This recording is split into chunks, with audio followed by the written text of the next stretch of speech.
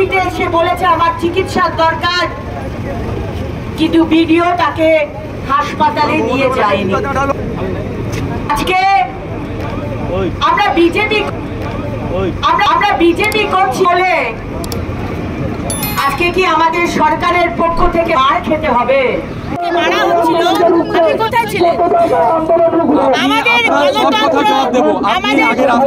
আমাদের গণতন্ত্র এই বলে যে মমিতা শিল্পকে মারা হবে, আর বিডিও সাহেবের সামনে কোনো অ্যাম্বুলেন্স আটকানো হবে না, অলরেডি একটা অ্যাম্বুলেন্স আপনাদের এই প্রোগ্রামের জন্য আটকানো হবে না।